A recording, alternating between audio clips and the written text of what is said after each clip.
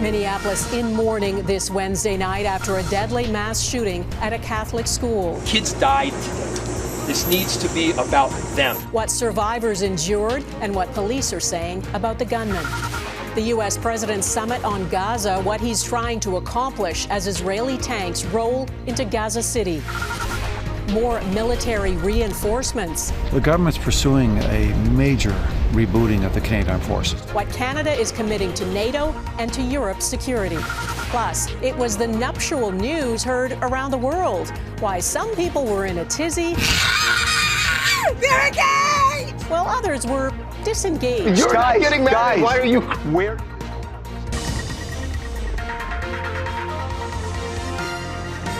Global National with Donna Friesen. Good evening and thanks for joining us. There has been another school shooting in the United States. This time, 2 children were killed at a Catholic school in Minneapolis after a gunman fired into a church where students were attending morning mass.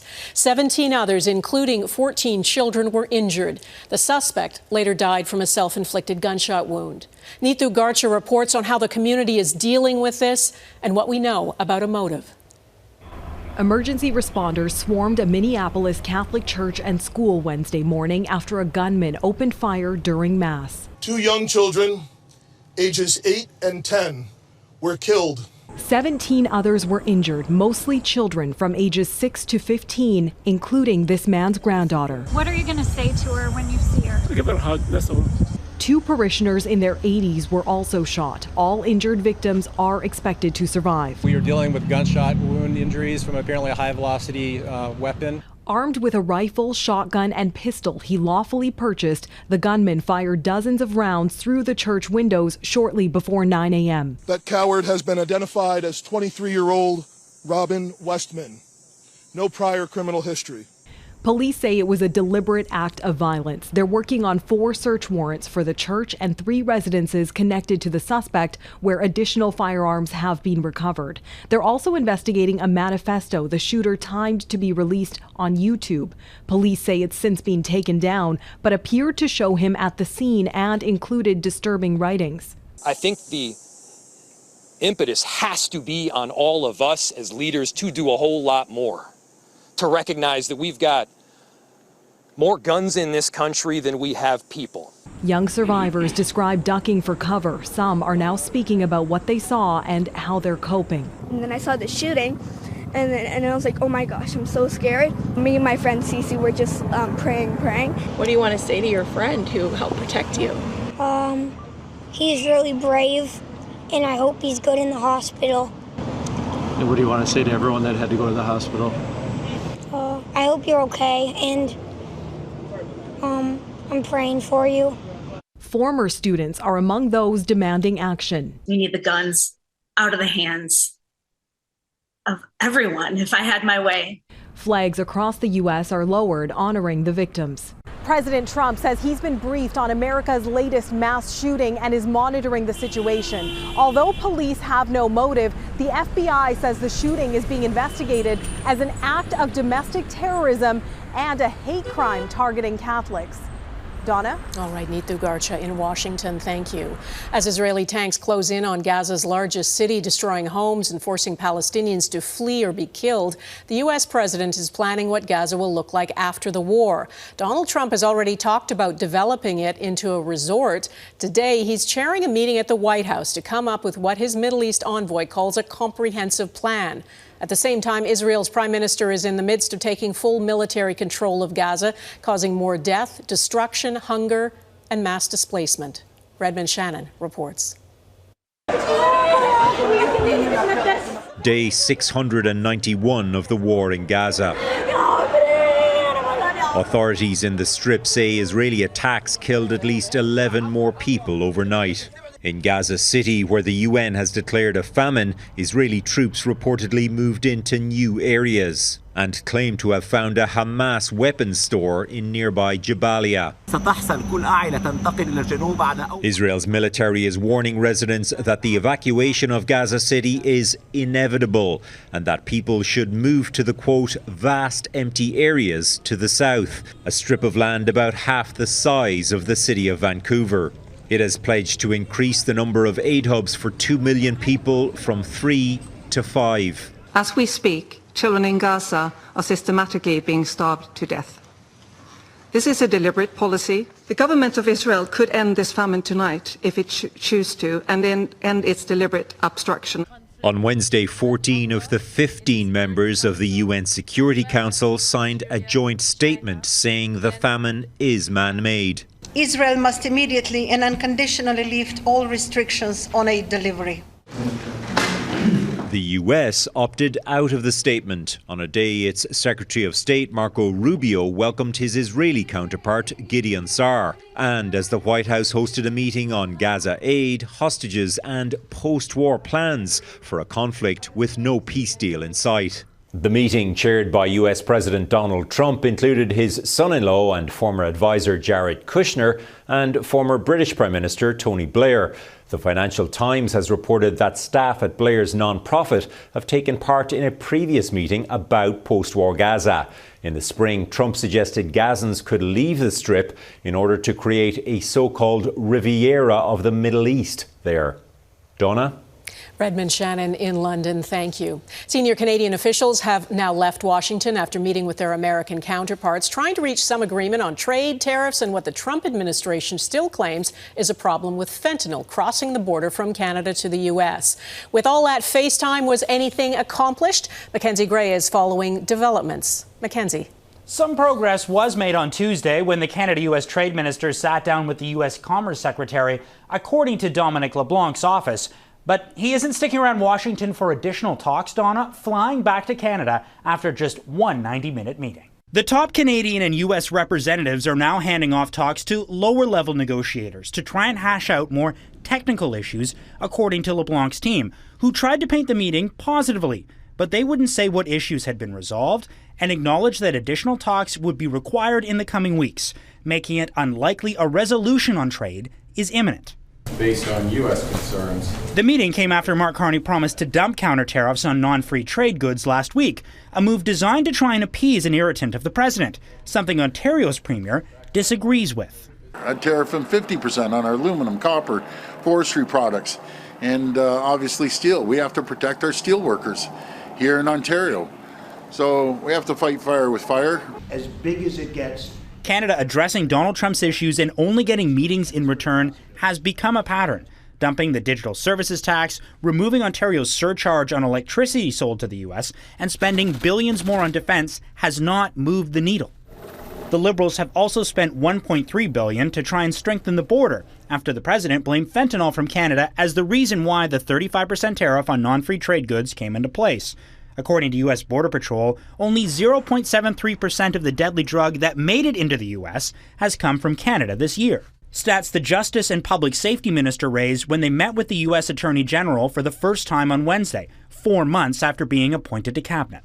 None of the facts, stats, or concessions seem to have mattered with the Trump administration, with new tariffs on Canadian corrosion-resistant steel set to be applied, Donna, and that's on top of the 50% tariff implemented back in June. Okay, Mackenzie Gray in Ottawa, thank you. Prime Minister Mark Carney is back home after a 4-day trip to Europe. The mission was to try to build up Canada's relationship with Europe on trade, plus defense and security. Today he announced Canada is extending its military mission in Latvia, and he met some of the 2,000 troops who are leading a NATO mission known as Operation Assurance. He's promising more gear and personnel. David Aiken traveled with the Prime Minister.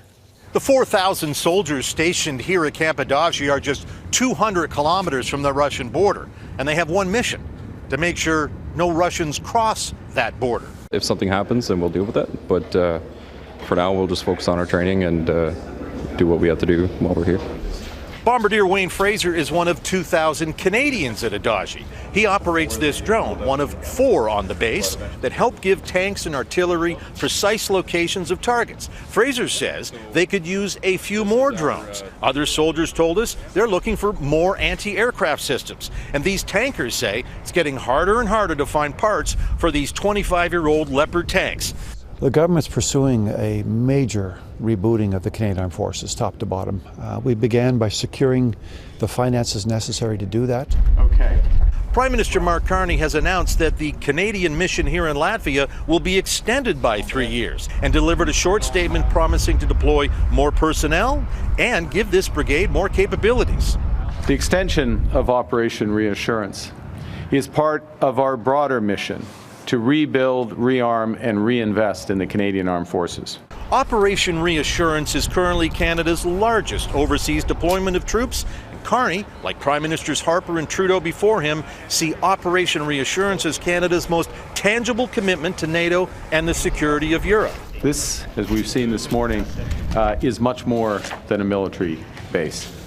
It's an anchor of service, of cooperation, a foundation of security. This was Carney's last day of a 4-day trip through Europe, and wherever he's been, Kyiv, Warsaw, Berlin, and Riga, he's had the same message for an audience back home, that if Canadians want a safer world, then Canada must be stronger. Now, the Carney government is going to present its first budget in a matter of weeks, and Carney will be expected to detail how he's going to spend the billions needed to accomplish that objective. Donna. All right, David Aiken in Latvia, thank you. Air Canada's flight attendants are starting to vote on their tentative deal with the airline. The Canadian Union of Public Employees reached an agreement with the airline last week after a 3-day strike grounded domestic and international flights. The new contract includes pay for ground work and wage increases over the next 3 years. 10,000 flight attendants have until September 6th to vote, and if they reject the deal, an arbitrator will decide on the final terms. The U.S. accused of foreign interference, coming up what 3 men with ties to President Trump are suspected of doing in Greenland.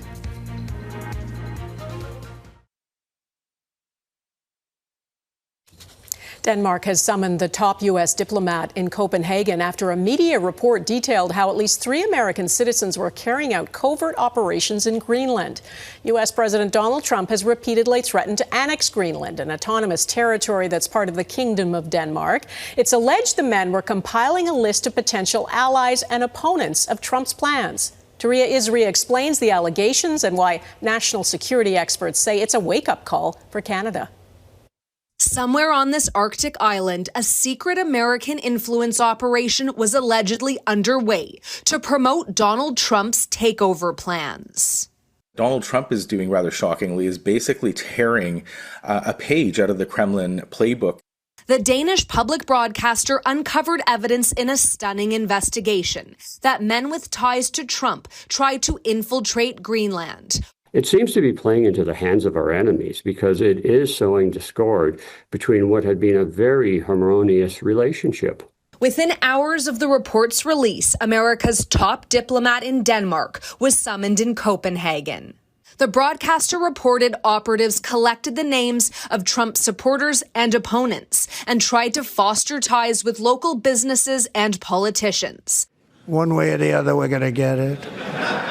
Trump has repeatedly threatened to annex the territory, which, like Canada, has vast critical minerals and strategic military bases in the Arctic. Our message to Denmark is very simple. You have not done a good job by the people of Greenland. J.D. Vance recently visited and scolded the Danes, who say they will never hand over the territory. We can't accept that, and I made it very, very clear. While Trump's 51st state threats have eased, national security experts say Canada should not be complacent. Canadians should be deeply concerned by this story and the potential for any sort of U.S. operations targeting Canada and including the Alberta secessionist movement. The White House is not commenting on the bombshell allegations it's conducting clandestine operations against one of its allies. Taria Isri, Global News, Montreal. Ahead, how small businesses are preparing for the end of a U.S. tariff exemption for goods worth $800 or less.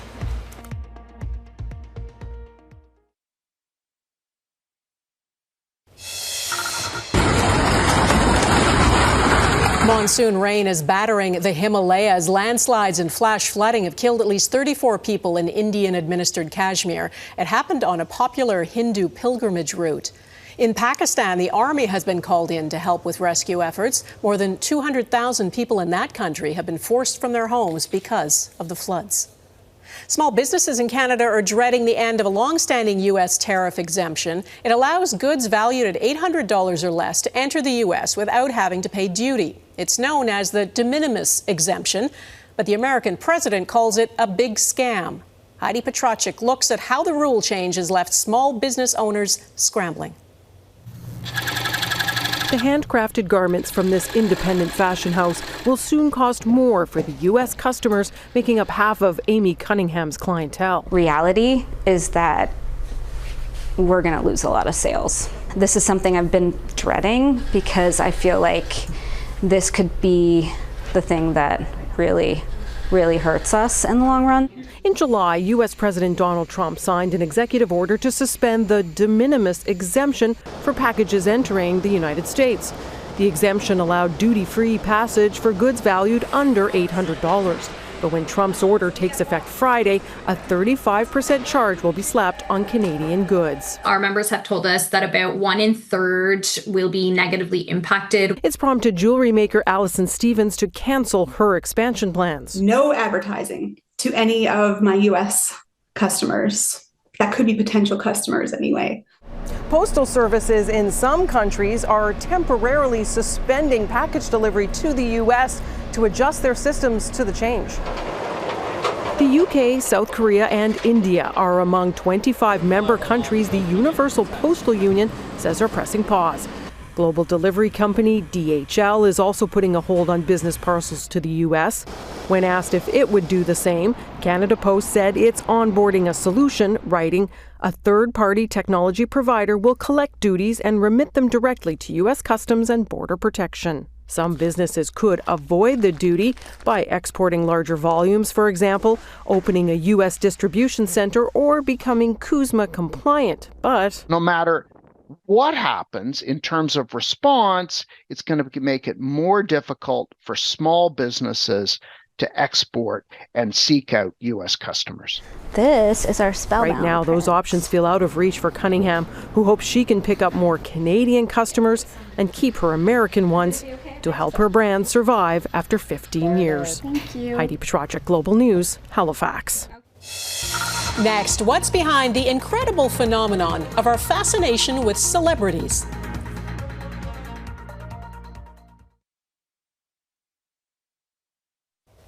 Much of the world is still abuzz with that news that left Swifties breathless. If you're a fan, you can't get enough of the detail about the engagement of Taylor Swift and Travis Kelce.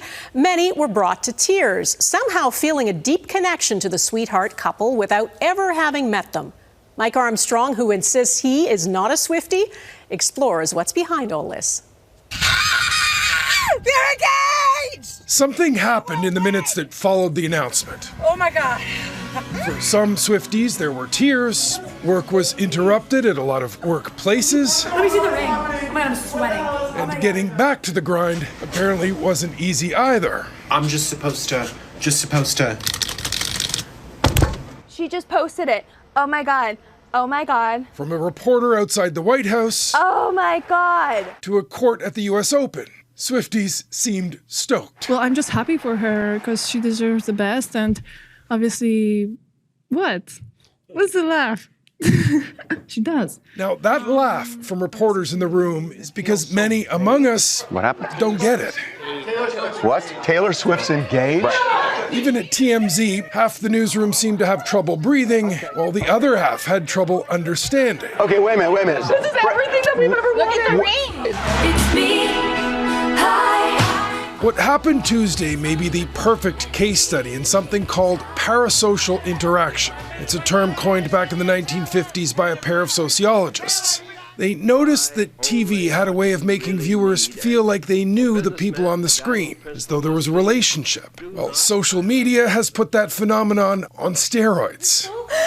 Taylor Swift being engaged is the best thing that's happened to me in 2025. I'm so happy for her. I know I sound like a freak. Nice to meet you. So what's behind that perceived relationship? Well, Swift's a big share online. There's an intimacy in her lyrics, and add to that the fact she's been around a long time. I've been a Swiftie since I was 6 years old, so I've seen her go through all the relationships and breakups. course, another thing that's added to the splash this week is Swift's partner, where many of her boyfriends in the past have largely avoided the spotlight. Travis Kelce is leaning into it. We love you, hon. Mike Armstrong, Global News, Montreal. Good job, Mike. That is Global National for this Wednesday. I'm Donna Friesen. Tonight's Year Canada showcases a patriotic garage door in Haverbouche, Nova Scotia, the Wascana Bridge in Regina, and a ranger station in Kamloops, BC. Please keep them coming. Send your pictures of Canadian pride to globalnational@globalnews.ca. And thanks for watching. Hope to see you here again tomorrow. Bye-bye.